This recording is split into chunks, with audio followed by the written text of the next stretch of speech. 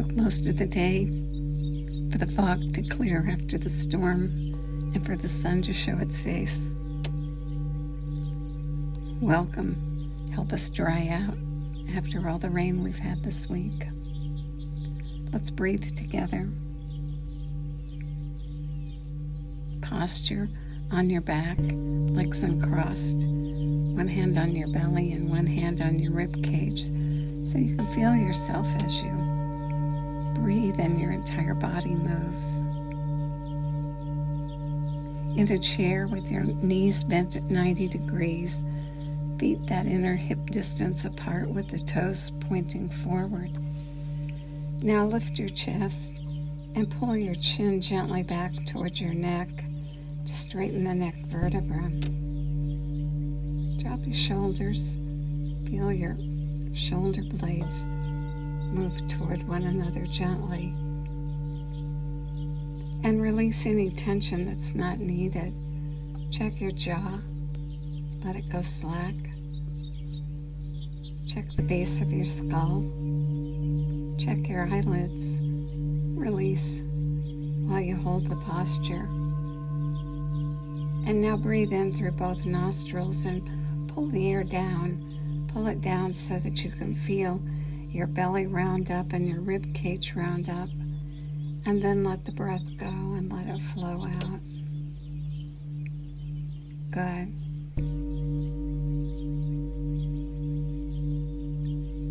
Keep breathing that natural breath and rounding up on the inhale and lengthening and flattening on the exhale.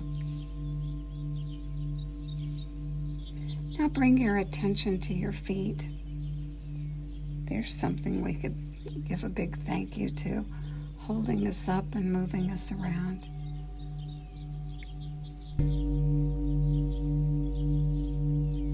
Working all the time.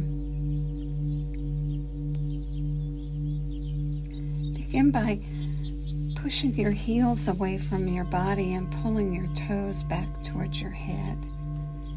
And hold that contraction, that tension, and breathe. Breathe 5 deep breaths while you hold the feet in place. Toes pointing straight up, not out to the side or in toward one another, but straight ahead as you breathe the 5 breaths, pushing the heels away.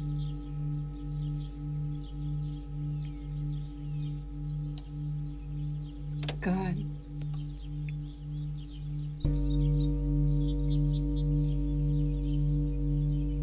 And when you've completed your 5 breaths, release the tension in your feet.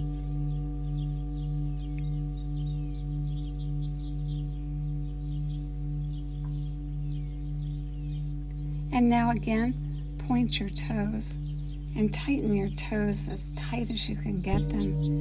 And again, notice that your feet are straight ahead,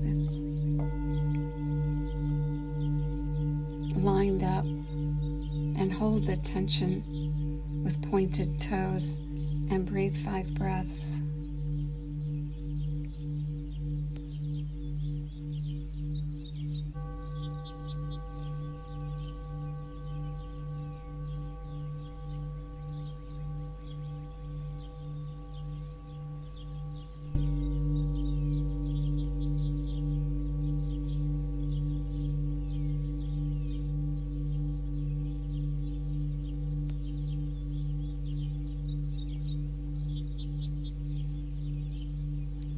Good. Let your feet go slack and let them be relaxed.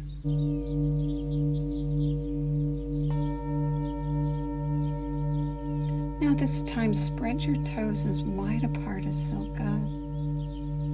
They stay squished in shoes so much that they're not used to this, and you may find they don't really know how to do it. Give it your best effort and spread your toes as wide apart as you can. And breathe 5 breaths while you hold the toes in this spread position.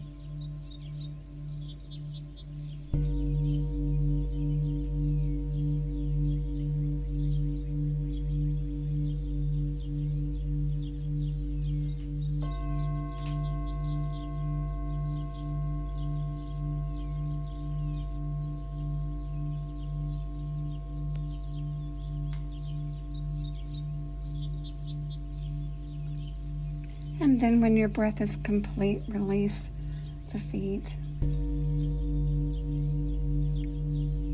And breathe another breath.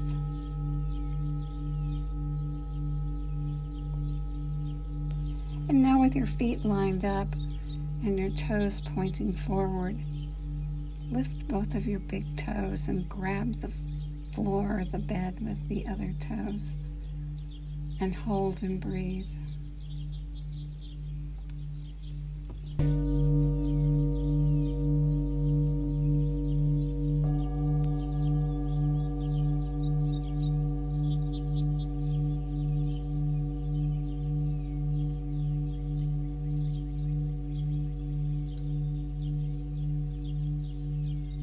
Good. And now release your feet and focus on the breath, deepening and lengthening the breath into that 3-part breath. Belly rounds up.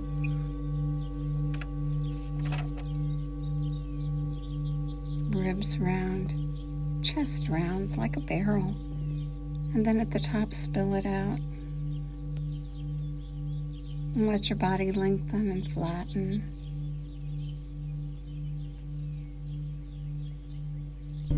All the way to the bottom.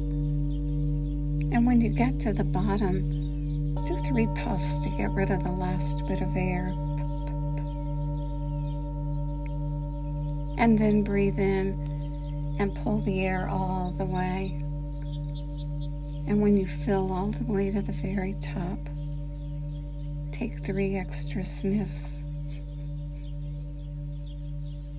And then spill the air out and let it go all the way to the bottom.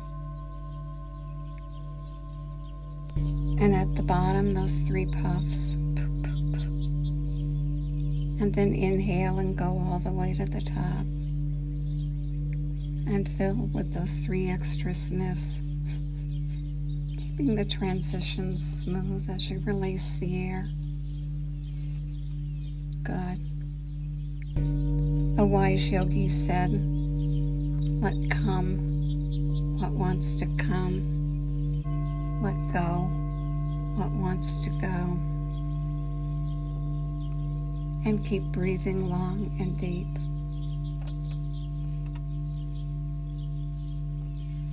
And begin to lengthen the exhale.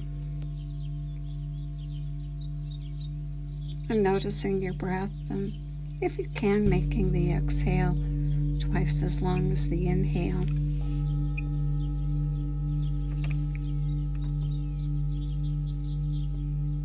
Without creating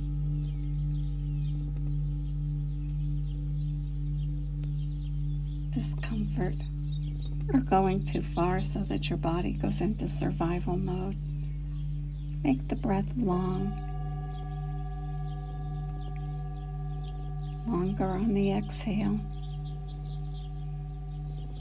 inhaling through both nostrils. The exhale can be either through the mouth or the nose. Do the one that works best for you. For me, I can significantly lengthen the exhale if I breathe out through rounded lips. Does one or the other work better for you? Try it and find out, and continue breathing in and lengthening that exhale.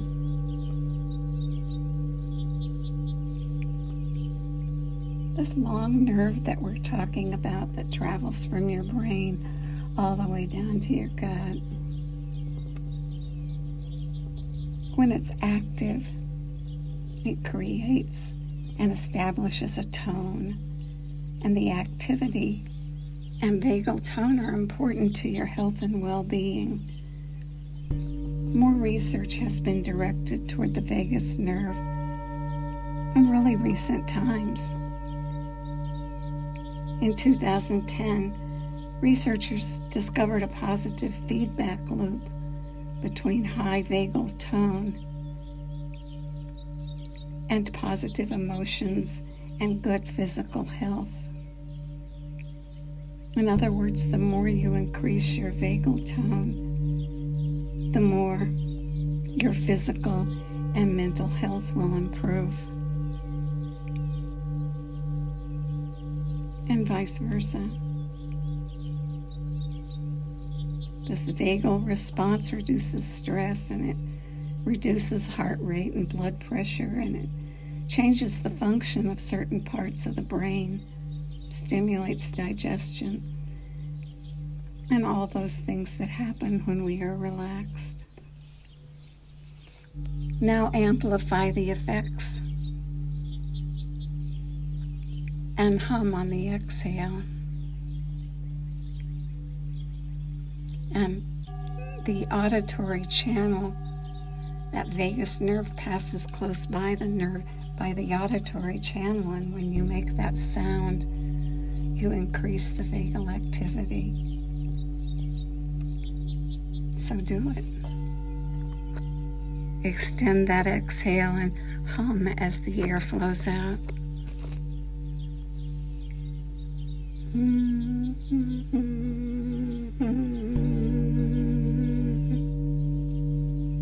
And don't worry if your voice is hoarse. Just do the best you can. You can also whistle if your voice is hoarse today, and try whistling as you exhale.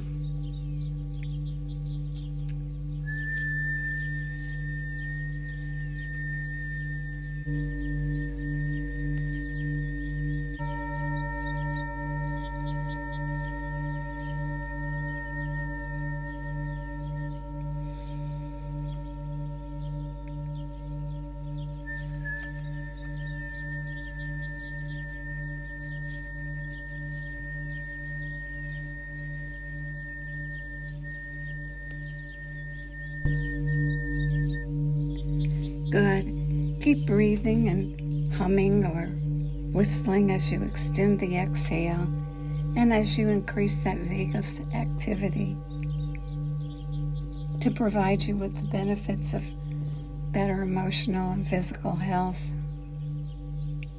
I'll let the birds and bulls continue to sing as you continue to breathe.